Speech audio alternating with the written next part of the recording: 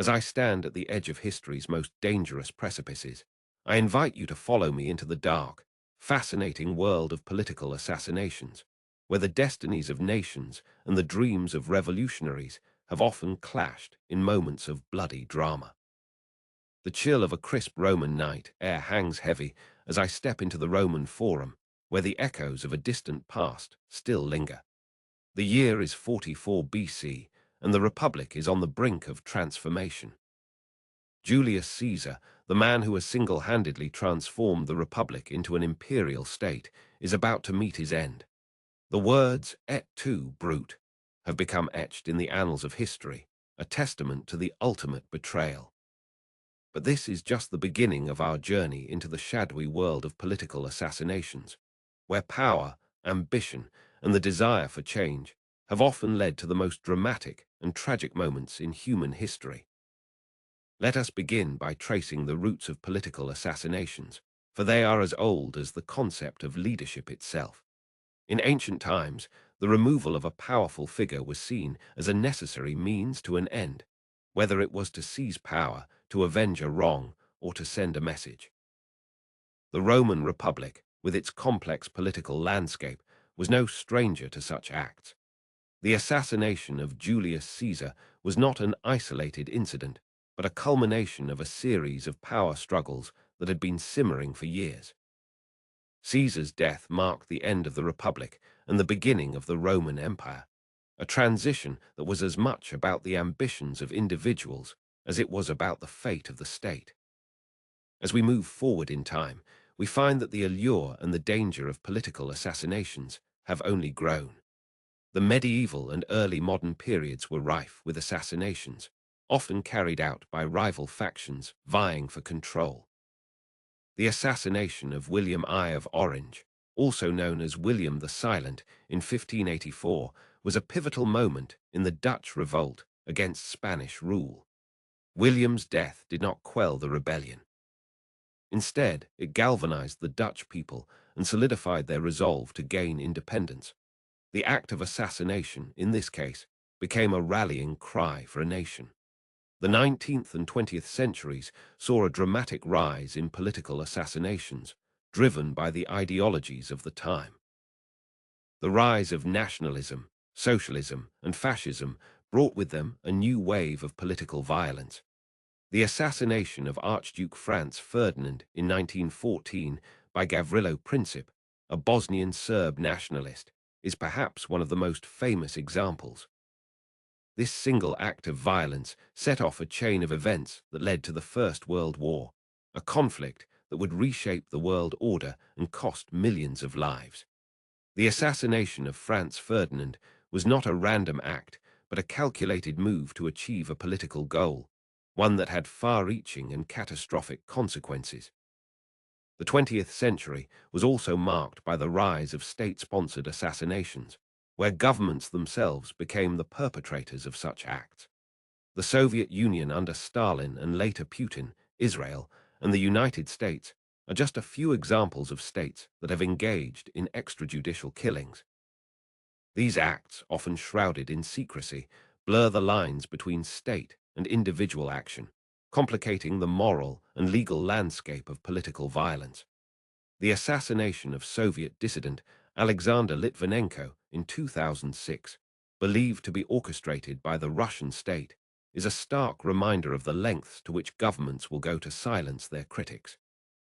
But it is the individual assassins, often motivated by personal or ideological beliefs, who have left the most indelible mark on history. The assassinations of Abraham Lincoln, Martin Luther King Jr., and John F. Kennedy are etched in the collective memory of the United States, each representing a different facet of the country's political and social landscape. Lincoln's death in 1865 by John Wilkes Booth, a Confederate sympathizer, was a blow to the nation's healing process after the Civil War. King's assassination in 1968 by James Earl Ray, an avowed racist, was a devastating loss to the civil rights movement. And Kennedy's death in 1963 by Lee Harvey Oswald, a mysterious figure with connections to both the Soviet Union and Cuba, remains shrouded in conspiracy theories and unanswered questions. The 21st century has not seen a decline in political assassinations. If anything, it has seen a resurgence. The assassination of Benazir Bhutto in 2007 and the more recent killing of Shinzo Abe in 2022 are poignant reminders that the world remains a dangerous place for political leaders. Bhutto's assassination, in particular, was a complex event with multiple layers of conspiracy, involving political rivals, religious extremists, and possibly even state actors. The motivations behind her killing are still hotly debated, but one thing is clear: her death had profound political implications, both within Pakistan and on the international stage. The motivations for political assassinations vary widely, from the personal to the ideological, from the opportunistic to the carefully planned. Some assassins, like those who killed Tsar Alexander II and Empress Elizabeth, saw their acts as a means to bring about revolutionary change. Others, like the assassins of Yitzhak Rabin and Anwar Sadat, were driven by a deep-seated opposition to peace and reconciliation. Still, others, like the lone gunmen who have targeted politicians in recent years, are motivated by personal grudges or a desire for notoriety. Despite the diversity of motivations, one common thread runs through the history of political assassinations: the belief that the removal of a single individual can bring about significant change. This belief, however, is often misguided. The assassination of a political figure rarely leads to the desired outcome. In many cases, it has the opposite effect, galvanizing public support for the deceased leader or their cause. The assassination of Archduke Franz Ferdinand, for example, did not prevent the unification of the Slavic peoples, but instead led to a global conflict. The killings of Lincoln and King, far from weakening the causes they championed, only strengthened the resolve of their followers. This brings us to a fundamental truth: it is impossible to assassinate a system, a structure, a movement, or an idea. Real political change requires more complex forms of engagement than the shortcut of the assassin's bullet. The historian Eric Hobsbawm once noted that the history of the 20th century is a history of the failure of revolutionary violence. This observation rings true when we consider the legacy of political assassinations. While they can create momentary shocks, they often fail to bring about the lasting change their perpetrators seek. As we reflect on the dark and often tragic history of political assassinations, we are confronted with a profound question. Why do people continue to resort to such extreme measures?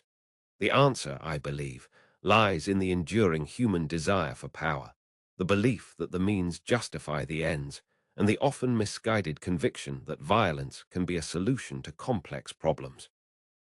The story of political assassinations is a testament to the complexity of human nature and the often unpredictable nature of political change.